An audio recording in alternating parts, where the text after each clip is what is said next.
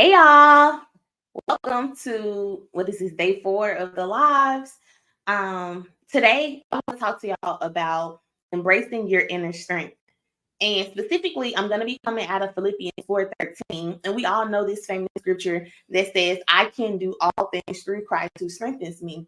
Um, and so as we're talking about arising as warrior women, I want to give you two sides of it, right? I want to give you the side that you hear most people talk about as it relates to, you know, going hard, understanding your boldness, walking fearlessly, walking by faith, because you know that God is your strength. You know that with Him you can do all things, right? By Him, and so I also want to talk about the flip side of that, where it's not about you trying to be a overachiever. It's not about you trying to be super mommy. It's not about you trying to do all the things, but there also lies a strength in being content in the season that God has you right now.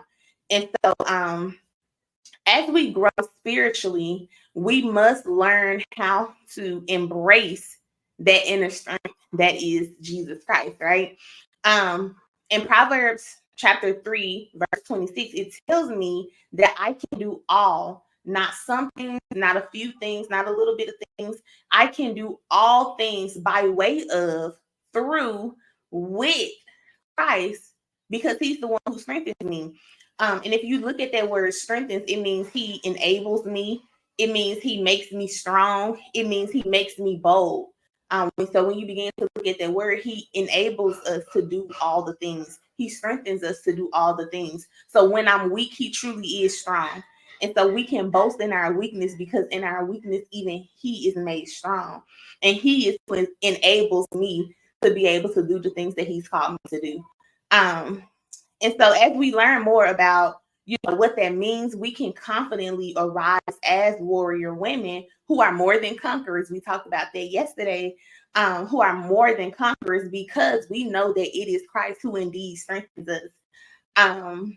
And so that's what I want to talk about a little bit. And so as we dig into this, I want you to think about, or if you have time, just get out a notebook, get your notes on your phone, and I want you to write down a few things.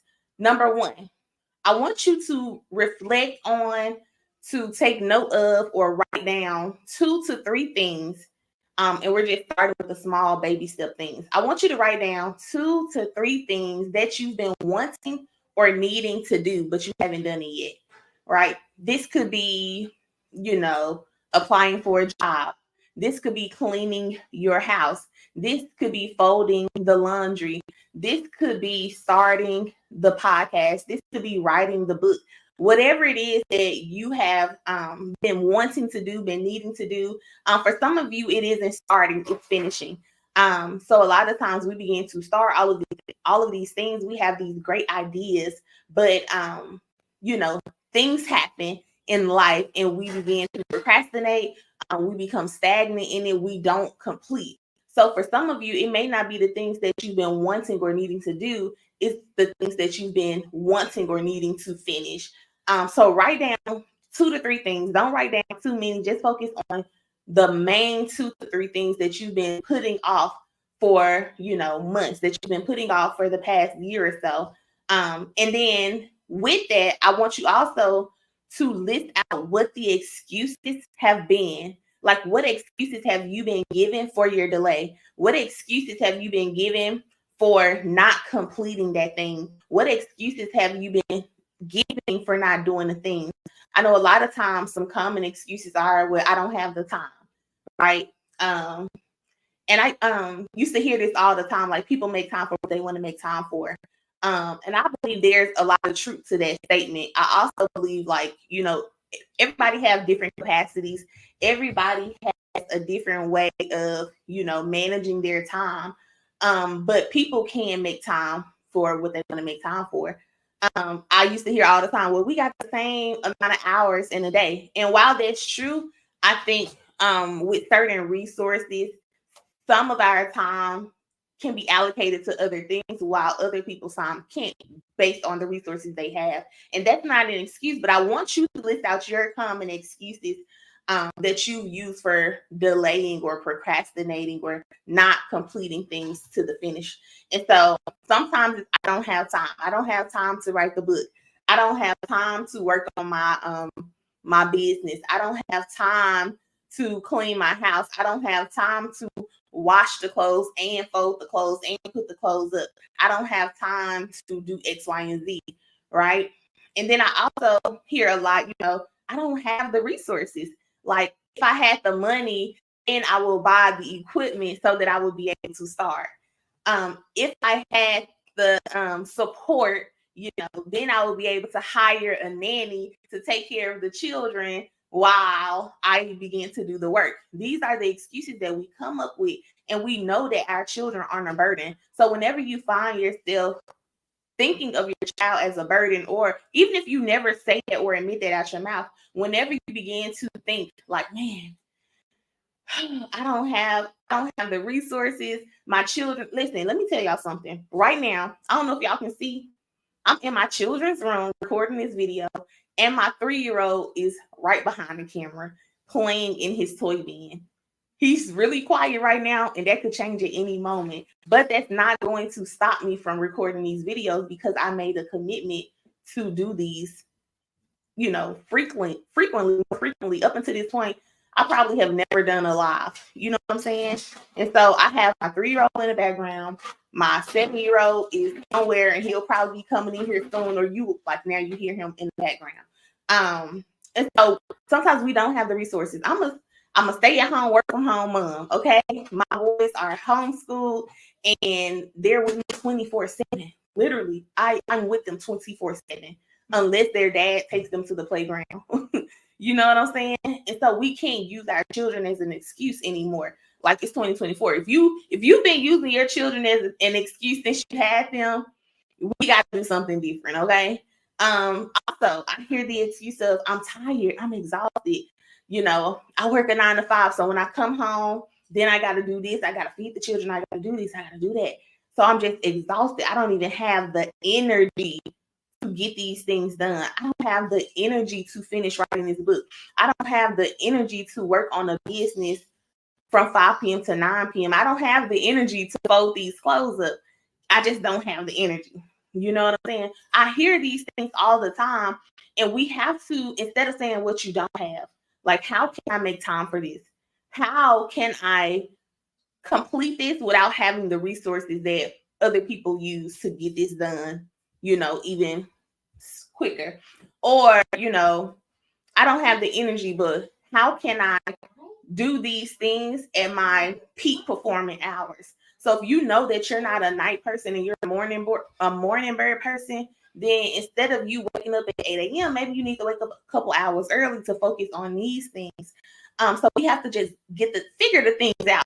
But then, even more so than that, go back to the anchor scripture for today's message in Philippians 4:13, where it says, I can do all things through Christ who strengthens me. And so if I'm having a deadline to complete, right, I'm not waiting and saying what I don't have, what I need in order to finish this. I'm going to rely on the strength that I get through Jesus Christ. I'm going to rely on his strength, and I'm going to tell myself I can do all things through Christ who strengthens me. And so whenever I speak something different, like, oh, I don't have time to do it. Oh, you just went against the word. Like, you do have time, because you can do all things. You know what I'm saying? And so we want to begin to change our language on how we talk about the things we need to do. We want to begin to change our language on, our capacity. Sometimes you just need to begin to build your capacity in different areas of your life. And also understand your seasons. That's one of the things I tell girls who are asking, like, man, how do you balance being a mommy, being an entrepreneur, being a wife, being, all of these things? Like, how do you balance it? And one thing I tell people, understand the season you're in. There's going to be some seasons. I want to say a year to 2 years ago, there was a season where both of my boys were in school. And that season, I was able to take them to school early in the morning. And then when I got home, I would spend 6 to 8 hours just reading and studying the word. I don't get that season uninterrupted time just reading the word. I don't get that time often, especially with them being home 24/7. But I had to cherish that season. It didn't last long. But we have to understand, like, in some seasons, you're going to be able to execute. There was a season right before the pandemic where I was working a full-time, a 9-to-5 online, working from home. And my 7-year-old, he's 7 years old now, he was in school. And then I was pregnant with my now 3-year-old. And I remember in that season, me and my husband got so much accomplished. We were writing books, we were creating content, doing a lot of building. And in that season, we got so much done. But I remember not too long ago, I went through a season where I felt the whole year was unproductive. I was like, Lord, what is this? You know what I'm saying? I was like, dang, get nothing done. I got all of these goals, all of these dreams, and nothing seems to be getting accomplished. And I had to realize there are certain seasons where you're going to be highly productive, and there's several seasons where you just need to sit down and be. You need to sit down and receive. You need to sit down and let the Lord pour into you. And we have to understand what season we're in so that we don't miss it. You know what I'm saying? So if you're in a season where the Lord just wants you to rest, where he wants you to be still, you have to recognize that you're in that season so you can do that. But if there's a season where the Lord is like, pour out, pour out, pour out, push out, push out, push out, do this. You have to understand that you're in that season, and you have to maximize that season, maximize that time during that season. And then another excuse, like, oh, I'll do it later. You know, we set deadlines sometimes, because sometimes it's not a thing that you didn't set the deadline. Sometimes you set the deadline, I'm going to have this book released by this date. And then, you know, things aren't going the way you expected. Other things come up and you're like, oh, okay, I'm going to push this deadline from November to January. And then from January to April. And then April back to November. And it's like a current cycle. And you realize, man, I've been writing this book for 2-3 years and it still has not came out. And you realize it's a very powerful yet simple book. You know what I'm saying? It could be as simple as starting your business. It takes all of a matter of no time. You know what I'm saying? To go get you an LLC. And you'll realize, man, the constant pushing things off is going to hinder you from being able to progress. So that's the piece of, like, understanding, like, to be productive, to be like that superwoman or that rising woman who's getting things done. That's one side of the coin that you hear most people talk about when it comes to Philippians 4:13. But then there's this other piece. So when we hear Paul talking, you know, Paul talks a lot about being content, right? He says, I know how to abase and to abound. And so in this scripture, you know, other theologians, they will communicate it as not just being able to be strengthened by God to do all the things, you know. Other theologians will also talk about how, you know,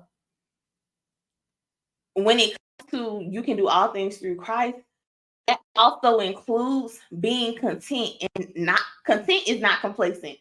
Complacent is you just too comfortable, you just chilling, right? You don't want to move forward. You don't have the energy. You don't have the capacity. You don't have the motivation. Let me say that you don't have the motivation or the determination to even move forward. You're just complacent. I'm just going to stay here. You know, some people are like, you know, life is good how it is. I don't need to do anything extra. I'm not concerned about making more money to advance the kingdom. I'm able to pay my bills. I'm able to live the life, you know, that I want. We're good. Everything is straight. And so that's complacency. When Paul is talking about learning how to abase and abound, when he's talking about being content, he's saying, like, man, I'm able to enjoy this season of my life. Even if this season isn't going to last long, even if this season isn't a permanent season, I can be content here. I'm good. The Lord will strengthen me. Even in this season where I am suffering, the Lord will strengthen me. Even in the season where I'm in need, the Lord will strengthen me. Even in the season where I don't feel like I got it all together. that's when you also rely on the strength of God. The strength of God to wake up every day and brush your teeth. The strength of God to wake up and do your laundry. You know what I'm saying? The strength of God to wake up and do the things that are basically required. I hear a lot of parents like, man, I'm so tired of waking up every morning to take my children to school.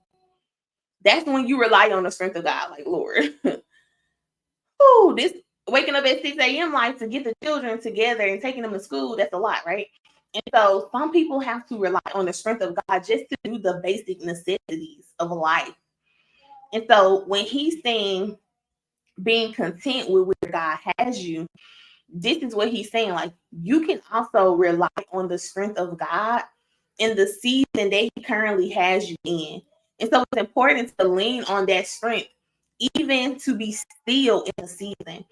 And so, like I told you, I was in that season. I'm like, man, whoo, Lord, I ain't getting nothing done. But I can also confidently and boldly say that in that season where I felt the least productive in my life, in that season, that was the season where I spent the most time in my word. That was the season where I was getting the most dreams and visions. That was the season where, you know what I'm saying? Like, the Lord was testing us and pruning us and doing all of these things. But I had to become content because that wasn't how we started off. When I first was in this season, I was like, Lord, this ain't me. This not. I'm very organized. I'm very productive. I'm very, you know what I'm saying? So when I wasn't seeing it, I was like, hold up, Lord, something off. I'm checking, okay, what am I spending my time doing? Like, who is pulling from me? You know what I'm saying? Like, what I need to pause on, what do I need to focus in on? And I was like really struggling at the beginning of this season because I was like learning how to be still, learning how to be content in the still season. And that's very hard. And you really do have to rely on the strength of God. See, I told y'all, my children are right here. Okay. And so, but I'm wrapping this up anyway. So that's what it means to rely on the strength of God in the content season. All right. So that is all, y'all. Make sure you go and study Philippians 4:13. Let me know your thoughts on the flip side of both. Make sure you write the 2 to 3 things down.